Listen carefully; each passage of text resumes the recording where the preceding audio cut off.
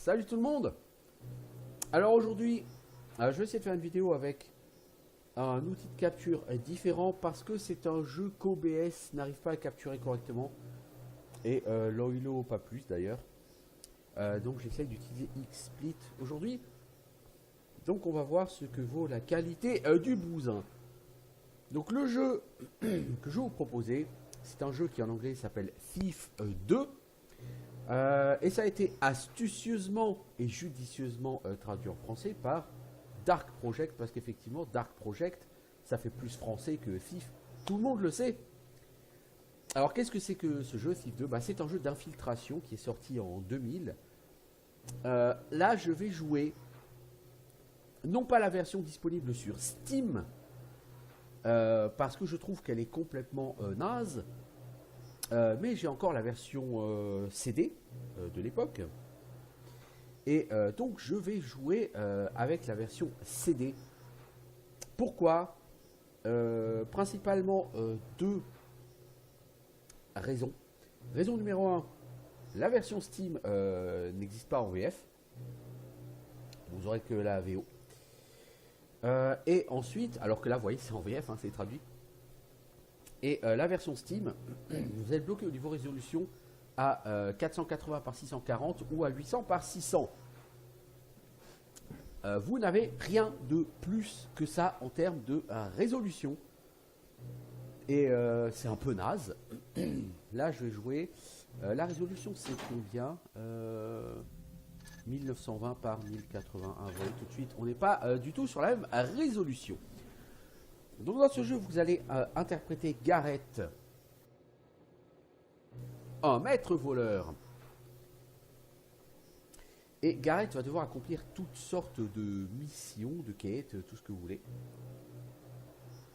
Lors de son périple, donc il va traverser des cartes, lesquelles vont généralement consister en un endroit où il va falloir s'introduire, puis il va falloir être extrêmement discret pour se promener dans cet endroit, aller récupérer du butin, aller accomplir les objectifs principaux de la mission, avec plusieurs niveaux de difficulté qui vont nous donner des éventuels objectifs supplémentaires. Alors parfois ça va se passer, certaines missions vont se passer uniquement dans la rue, si je ne m'abuse, il y a une mission à un moment où vous devez faire une filature sur quelqu'un, bien sûr en évitant tous les gardes, parce que les gardes vous reconnaissent immédiatement et ils vous attaquent à vue. Et sur ce jeu, vous n'êtes clairement pas un guerrier. Je rappelle que vous êtes un voleur. Il est donc plutôt malvenu de s'essayer au combat contre les gardes. Vous pourrez en tuer un, vous pourrez en tuer deux, mais vous n'en tuerez pas une clique. Alors on va faire la première mission qui est une mission de tutoriel en difficulté normale.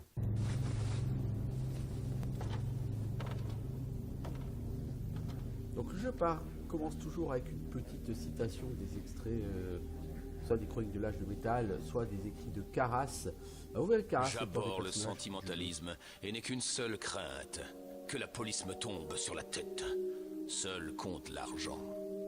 Malheureusement, tout le monde ne fait pas preuve de la même conscience professionnelle.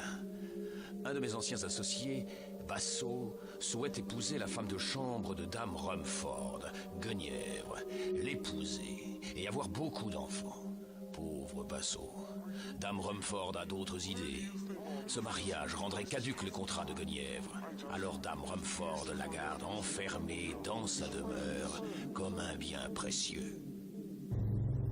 Basso sait que je suis passé maître dans l'art de me glisser dans les demeures les mieux protégées et a donc requis mes services pour libérer son aimée. Par principe, je ne me mêle jamais d'affaires de cœur, mais une petite visite au manoir des Rumford pourrait s'avérer une opération des plus lucratives. En outre, Basso me devra un service, c'est toujours utile. Je m'introduirai dans la maison à la tombée de la nuit pour ouvrir la voie à Basso et lui permettre de délivrer sa demoiselle en détresse. Sur le chemin, j'espère pour lui que je trouverai, comme il me l'a promis, quelques babioles que je pourrai revendre à bon prix. Sans ça, Basso va regretter la douillette puanteur de sa cellule de Crackscleft. Bien, donc après ce petit pitch dans lequel vous allez rencontrer un personnage, vous allez travailler pour un personnage que vous avez libéré de prison dans le premier Thief, donc Basso. vous allez devoir faire une première mission qui va être une mission de sauvetage d'une demoiselle en détresse, hein, si on peut dire. Donc c'est pas vraiment, c'est plutôt un truc chevaleresque, pas trop un truc de voleur. Donc l'idée c'est qu'on va commencer à l'extérieur d'un manoir. Basso va nous donner une carte avec un chemin pour pénétrer dans le manoir. Et il va falloir qu'on nettoie le chemin jusqu'à la chambre où Guenièvre est retenue prisonnière. Puis, une fois qu'on aura atteint cette chambre, on devra ressortir du manoir, souffler dans un appôt. Basso viendra, on devra l'escorter jusqu'à la chambre. Puis, une fois qu'il aura déverrouillé la porte, on devra les escorter tous les deux à l'extérieur du manoir. Beaucoup d'allers-retours, mais vous allez voir, c'est relativement court. Donc là, il y a 3 objectifs. Aider Basso à emmener Guenièvre, donc on doit partir en éclaireur, lui ouvrir la voie. Ensuite, on doit siffler dans la peau, et en fait, il ne faut pas tuer d'ennemis. Si vous êtes en difficulté difficile, il y a un nouvel objectif. Il faut faire 300 pièces d'or de butin. Et si vous voulez jouer en difficulté expert, le butin c'est 600 pièces d'or, dont 200 en pierres précieuses. Et en plus, il faut assommer 8 gardes, sans en tuer, bien évidemment. Donc, vous avez des objectifs supplémentaires en fonction de la difficulté. Et bien sûr, en fonction de la difficulté, il y a plus de gardes. Les gardes sont plus réceptifs, plus perceptifs. Donc, nous, on joue en difficulté normale, puisqu'ici, le but est de faire une démonstration du jeu. Le manoir est un manoir qui a 2 étages. En difficulté normale, vous avez juste besoin d'aller... J'ai fait sauter la serrure de la porte latérale pour toi, Gareth. C'est le seul moyen d'entrer. Merci, Basso. Et par contre, pour les difficultés supérieures, quoique la difficulté difficile, vous n'avez pas besoin d'aller dans les étages, mais dans la difficulté expert, là, vous serez relativement obligé d'aller... Je ferais mieux de regarder ma carte. Tu veux que je regarde ta carte? Donc voilà la carte. Et on ne va pas voir grand chose parce que j'ai changé la... J'ai dû changer la luminosité au niveau de l'enregistrement sur XSplit pour essayer de voir quelque chose. Parce que c'est un jeu qui est extrêmement sombre. Et le problème que j'ai avec OBS et Loilo, c'est que même si je change la luminosité dans les options du jeu, ça ne change pas la luminosité sur l'enregistrement. Et c'est un jeu qui est extraordinairement sombre, à tel point que vous ne voyez strictement rien. Ce doit être la porte dont Basso m'a parlé. Comme je dis, donc vous ne voyez strictement rien sur le jeu. Si je ne peux pas changer la luminosité. Et c'est pour ça que je fais XSplit. Par chance, le majordome est sorti pour la nuit et a laissé allumer. Oui, le majordome a laissé allumer. Et en plus, ce boulet, il a laissé la clé bien en évidence sur la table, à côté de 34 pièces d'or. Parce que c'est sûr que, hop, on prend des chandeliers, ça fait encore plus d'argent. C'est sûr que c'est cool d'avoir du pognon. J'aurai un manoir et j'engagerai plein de gardes pour les faire patrouiller de nuit. Je débarquerai en plein milieu de la nuit, l'air affolé, en leur disant que j'ai entendu quelque chose. Au loin, il y a un garde qui a été traumatisé par ses employeurs, visiblement. Du fromage. Alors le fromage permet de soigner de la vie, au cas où vous en perdriez. Logiquement... Oh, je ferais mieux de m'arrêter pour voir d'où vient cette lumière-là. Trop de lumière. Alors, je ne vous ai pas indiqué comment fonctionne le côté furtif. En bas de l'écran, vous voyez, vous avez toute une rangée de boucliers. Ça, ce sont vos points de vie. Et à côté, il y a une espèce de zone... Ce couloir est trop bien éclairé. Je devrais éteindre cette torche avec une flèche à eau. Oui, mec. Qui va changer de couleur. Donc là, c'est très sombre. Là, ça s'éclaircit un peu au fur et à mesure que j'approche de la lumière. Et ben cette zone en bas, au milieu, ça s'appelle la gemme de visibilité. Plus cette gemme est sombre, et plus vous êtes discret. Donc quand la gemme est bien sombre, là, elle est relativement sombre, ça va, je suis plutôt discret. Là, je suis totalement discret. Quand la gemme, par contre, est allumée comme ça, là, les gens vont me voir. Ou m'entendre, parce que la discrétion est gérée par 2 facteurs, la lumière et le bruit. Si jamais je suis dans le noir, là vous voyez je suis dans le noir, pas de problème. Je marche sur la surface, il ne faut pas trop de bruit, pas de problème. Dès que j'arrive dans la lumière, hop, là tout de suite la gemme de visibilité, elle s'éclaircit. Et en fait, il faut savoir que là je ne peux pas le tester tout de suite, mais si le sol ici était fait de marbre ou de fer, même si j'étais dans le noir, marcher dessus ferait un boucan du diable. Et donc la gemme de visibilité ne serait plus noire et les gardes m'entendraient. Parce que les gardes ne sont pas complètement sourds. Autre raison pour laquelle je préfère la version française, c'est que sur la version Steam, donc vous êtes en version anglaise, pour utiliser, pour changer d'arme, vous devez appuyer sur Shift puis la touche correspondante. Par exemple, les flèches à eau, normalement c'est le raccourci numéro 4. Eh ben, sur la version Steam, il faut faire Shift 4 pour sélectionner la flèche à eau. Sur la VF, vous appuyez sur 4, ou si vous avez une souris MMO, vous appuyez simplement sur le bouton 4. Alors, je me penche un peu sur le côté. Sur cette flèche, j'éteins la torche. Sale torche. Elle s'éteigne tout le temps. Eh ben, pas la peine d'en faire un plat. Rallume-la. J'ai perdu mon briquet à Amadou. T'as qu'à la rallumer, toi. C'est pas moi que ça dérange, non? Donc les gardes sont en train de se prendre la tête, sont en train de vivre leur vie, quoi.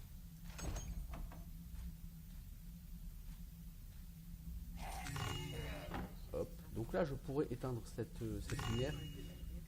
Ce n'est pas réellement nécessaire. Je crois qu'il y Je crois avait que quelque c'était chose. quoi? Ah si, oh là. Ces gens sont... Rien ont pour cette remarqué fois. quelque chose. Voilà. Alors ce que vous pouvez faire ici, c'est bien à savoir pour la difficulté expert. Ici vous voyez, ma gemme de visibilité elle est noire, donc il ne me voit pas. Je peux donc les assommer tous les deux. Parce que je rappelle que dans la difficulté expert, vous êtes censé assommer 8 gardes, donc vous pouvez assommer cela en passant. Bon, pas que c'est une quelconque incidence sur le jeu, mais c'est bien de s'entraîner à assommer les gardes parce que là j'utilise la matraque. Un coup de matraque dans le dos du garde, s'il n'est pas conscient de ma présence, il est assommé. Si maintenant je vais utiliser l'épée, je ne tuerai pas un ennemi en un coup, déjà. Et quand je frappe un ennemi, il va pousser un cri. Et si je le tue, il va pousser un long râle très sonore qui risque d'alerter ses potes. Alors que si je prends ma matraque, je lui mets un coup, il tombe, il fait pas de bruit. Donc, fatalement, c'est mieux. Et puis ça ne tue pas les gens. En difficulté normale, vous avez généralement le droit de tuer les gens. Dans les difficultés supérieures, c'est malvenu de tuer les gens. Donc là, ici, je sais qu'il y a un petit levier qui ouvre en secret. Bon, si vous ne le savez pas, vous ne le faites pas. En même temps, c'est pas comme si c'était intéressant. Il y avait 15 pièces d'or dans cette bourse. C'est pas ça qui va changer votre vie, hein, je vous le dis. Alors sur ce jeu, ne cherchez pas à courir. La course n'est pas l'ami du voleur. Un autre garde droit devant. C'est le moment de l'assommer tant qu'il a le dos tourné. Alors avant de l'assommer, je vois qu'il a une bourse. Hop, je pique sa bourse. Elle va pas disparaître, hein. Je veux dire, je pourrais l'assommer et prendre sa bourse après. Mais si je pique sa bourse là, c'est considéré comme un vol discret. Donc c'est bon pour les statistiques du jeu. Un cadavre ou un corps assommé, il est toujours bon de le cacher pour qu'il ne reste pas au milieu du chemin. Parce que si jamais il y a un garde qui patrouille, il trouve le corps, bah, il va donner l'alerte, hein, évidemment. Les gardes, ils sont cons, mais quand même, il y a des limites.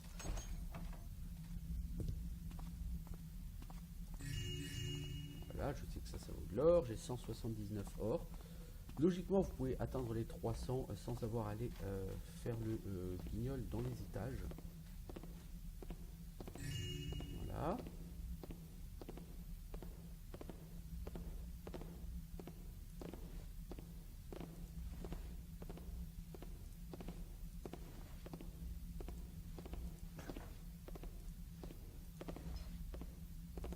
Ces bouteilles-là ne rapportent pas d'argent.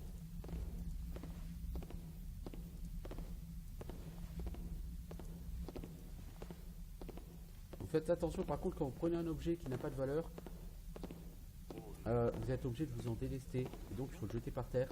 Si le sol c'est pas du tapis ou de la mousse, ça va faire un boucan d'enfer, vous risquez d'attirer les gardes. Une fois c'est bon à savoir. Mais en général c'est un jeu où il faut être vraiment très furtif, il faut faire attention à tout ce que vous faites. Les gardes sont pas trop malins, hein, mais ils sont pas complètement neuneux non plus. Voilà, la une fonction de vitesse.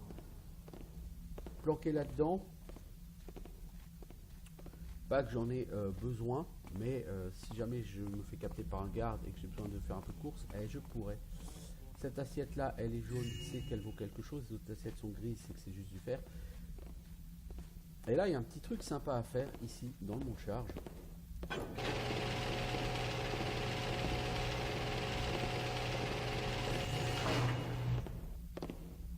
Vous voyez, il y a un garde là, hop, on peut lui piquer sa clé. Alors par contre, le garde est complètement con. Il patrouille devant le monte-charge, mais il n'entend pas que le monte-charge marche, tu vois, le mec. Donc l'IA, elle est quand même perfectible. Bon, après, c'est un jeu d'an 2000, hein. C'est pas un jeu très récent non plus.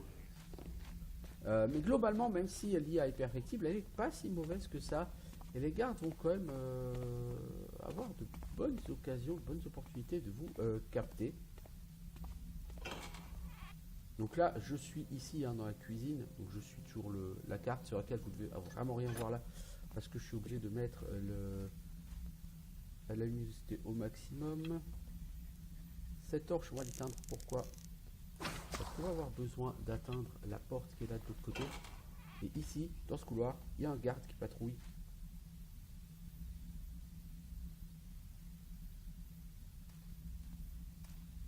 Là, par contre, je suis trop visible. Là, je suis invisible. Ce garde, il faut le neutraliser. Sinon, vous ne pourrez pas passer dans ce couloir. Et vous êtes obligé de passer dans ce couloir. Vous attendez qu'il vienne là. Vous restez dans l'ombre. Puis, vous passez derrière. Même si vous êtes dans la lumière, vous êtes derrière lui, donc il ne vous voit pas, hein, ce qui est assez logique. Un coup de matraque, le tour est joué, et bien sûr vous cachez le corps, parce qu'il faut s'habituer à cacher les corps dans un endroit sombre.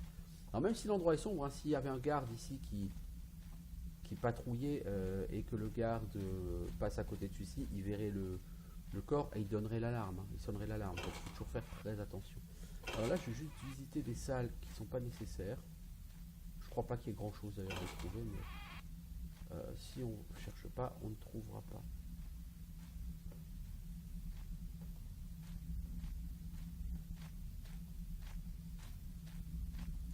Si, il y a un petit peu de pognon. Vous voyez, j'ai déjà 369 gold. Donc même l'objectif de la difficulté difficile, qui était d'avoir 300 gold, il est atteint. Ici, on a une petite note. Ce jeu est plein de notes qui vont vous raconter un peu le lore du jeu.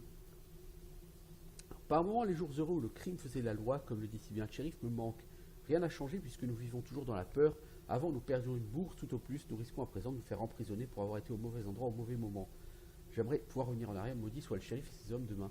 Alors, récemment en ville, alors ce jeu se passe dans un endroit qui s'appelle La Cité. Récemment en ville, donc, il y a un nouveau shérif, le shérif Gorman Truart, qui a pris ses fonctions. Et le shérif est un homme qui lutte vraiment activement contre le crime et la corruption. Ce qui veut dire que fatalement, avant, la ville était relativement le repère de plein de voleurs. Il y avait des voleurs et des gens corrompus partout. Voilà, maintenant il n'y a plus de gens corrompus, il n'y a plus de voleurs.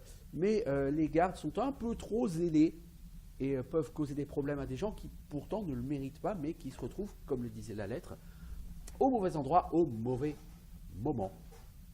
Tout simplement. Ok, donc je suis dans ce couloir et c'est ici qu'est emprisonné. Bien, voilà sa porte. Je pense que Basso pourra l'ouvrir. Il n'est pas la discrétion fait homme, mais il n'y a pas une serrure qui lui résiste. Bon, donc on va chercher Basso. Hein. Alors je ne vais pas forcément visiter tout le manoir, le but n'est pas là.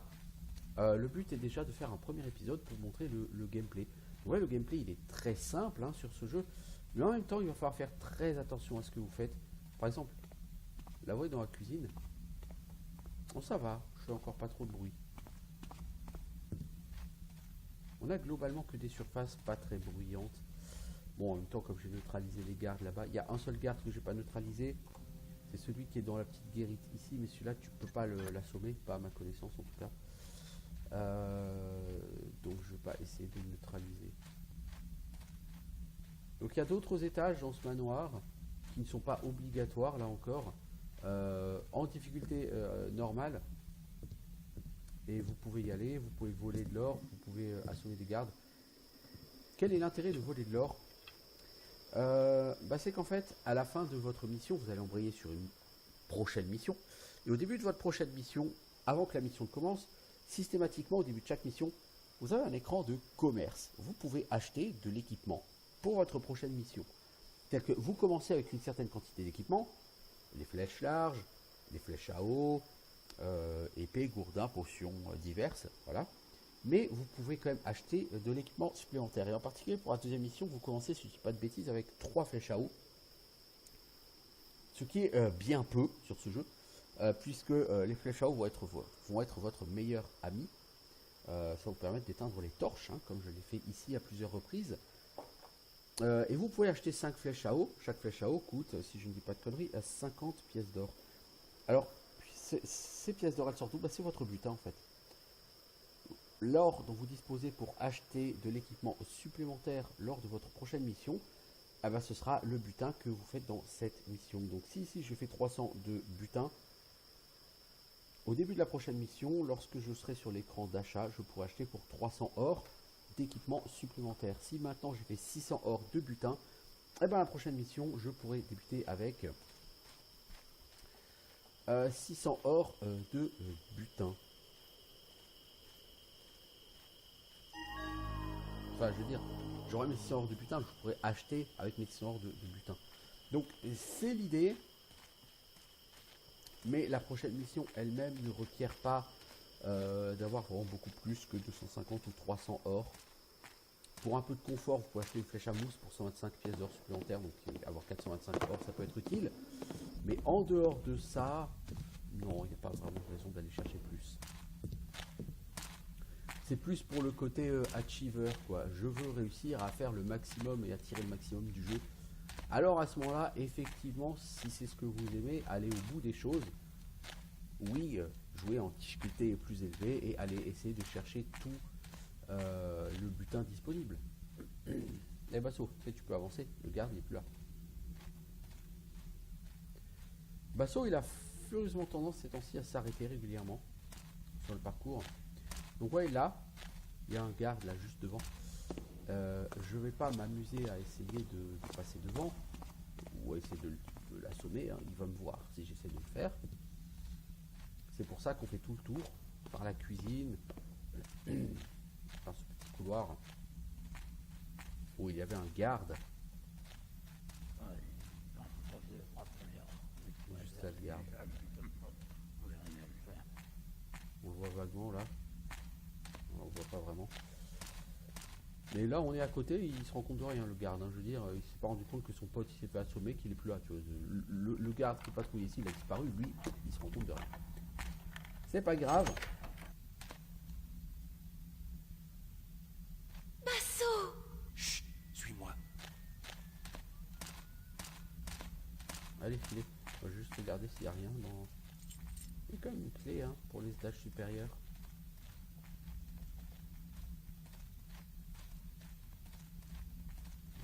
Dans sa chambre. Bon, encore une fois, les étages supérieurs, je vais pas y aller, mais si j'avais envie, je pourrais. Donc généralement, il est bon de ne pas faire que l'objectif principal, parce que comme dit, ça permet de rapporter plus de butin. Ok, la deuxième mission, vous n'avez pas grand chose à acheter à part les 5 flèches à eau. Ça coûte 250, donc c'est pas gênant. Par contre, par la suite, ça peut être intéressant d'avoir un peu plus de butin que ce qui est recommandé. Ça dépend des missions en fait. Voilà, donc tous les objectifs de la carte sont atteints. Logiquement, la mission doit se terminer. Donc c'était vraiment un tutoriel rapide. C'était pas quelque chose qui nous a pris 3 heures.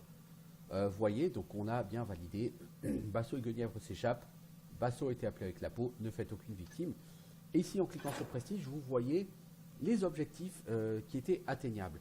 Donc il m'a fallu 16 minutes 49 secondes pour faire cette mission. J'ai trouvé un butin de 545 sur un total de 1205. C'est pas si mal quand on y pense. Vol discret 2 sur 8. Donc par exemple, quand j'ai assommé le garde qui avait une bourse, j'ai d'abord pris la bourse avant de l'assommer. C'était un vol discret. Voilà. Frappe discrète 0.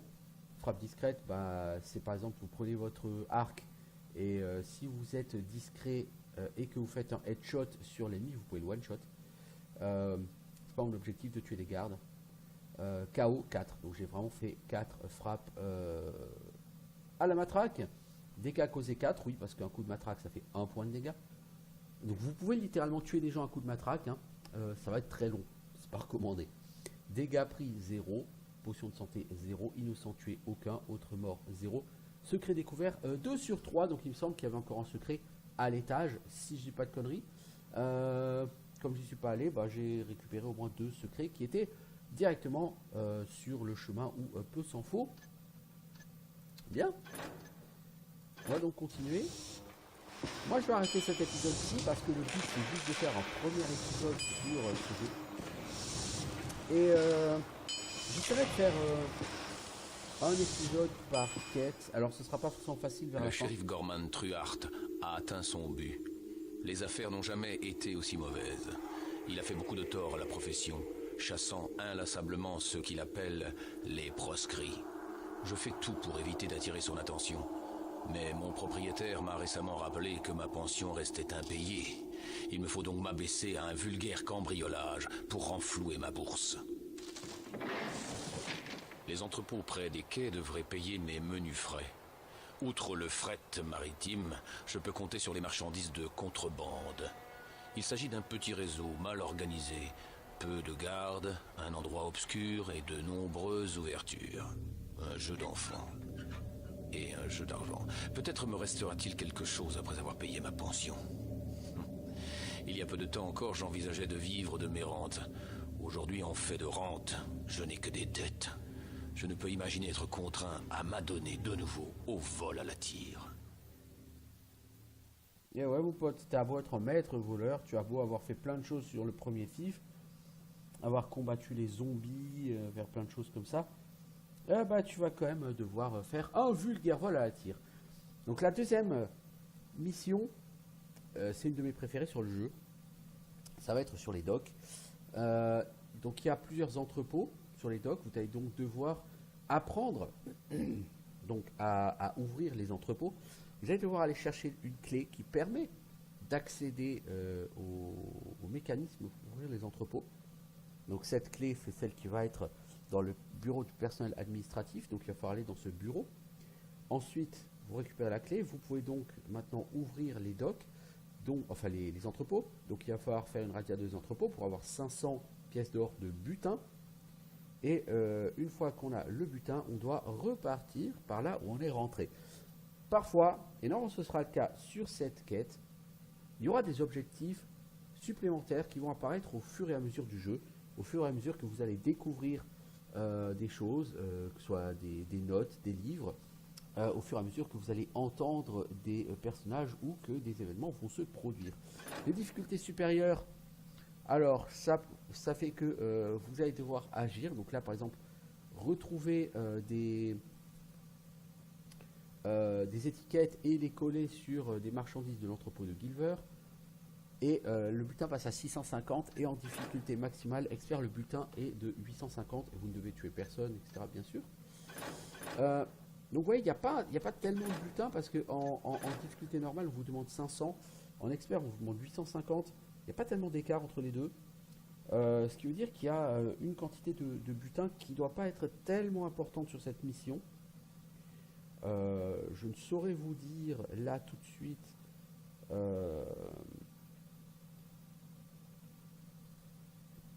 quelle est la limite de butin.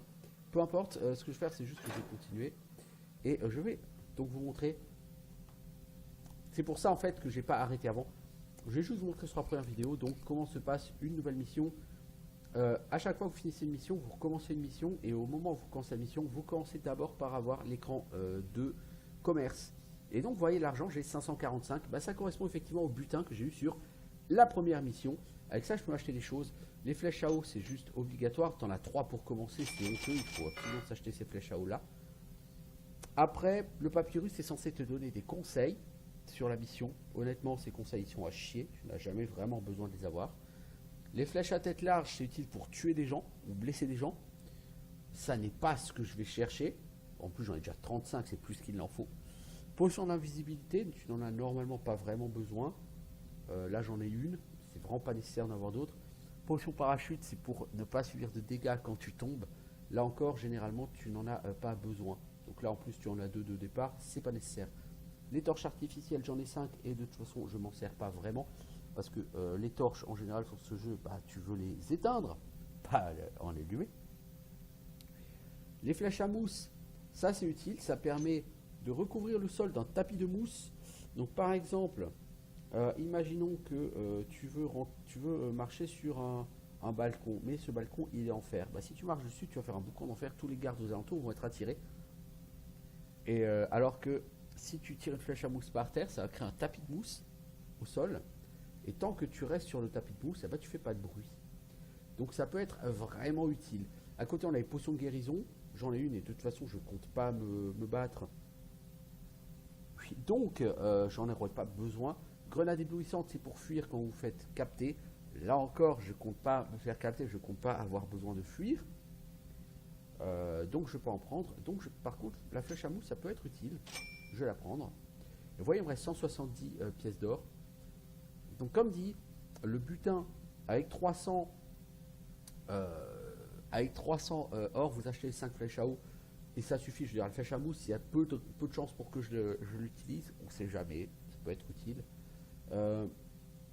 Mais comme j'en ai qu'une, je ne vais pas l'utiliser facilement. Donc, il est très probable que je ne l'utilise jamais.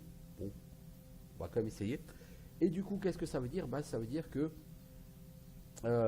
j'aurais très bien pu faire sans l'acheter et qu'avec 250 gold, bah, ça suffisait. Donc, le bulletin de 300 gold sur la première mission est largement suffisant. Si j'étais arrivé ici avec 1000 gold, j'aurais encore 600 gold à dépenser. Qu'est-ce que j'en ferais, quoi? Tout ça, ça m'intéresse pas, vous voyez. Alors, du coup, on va mettre exécuter la mission et je vais arrêter l'enregistrement ici. La deuxième mission, ce sera du coup le sujet d'un deuxième épisode. Et en attendant, je vous dis à bientôt. Je vous souhaite une bonne journée. Ciao tout le monde.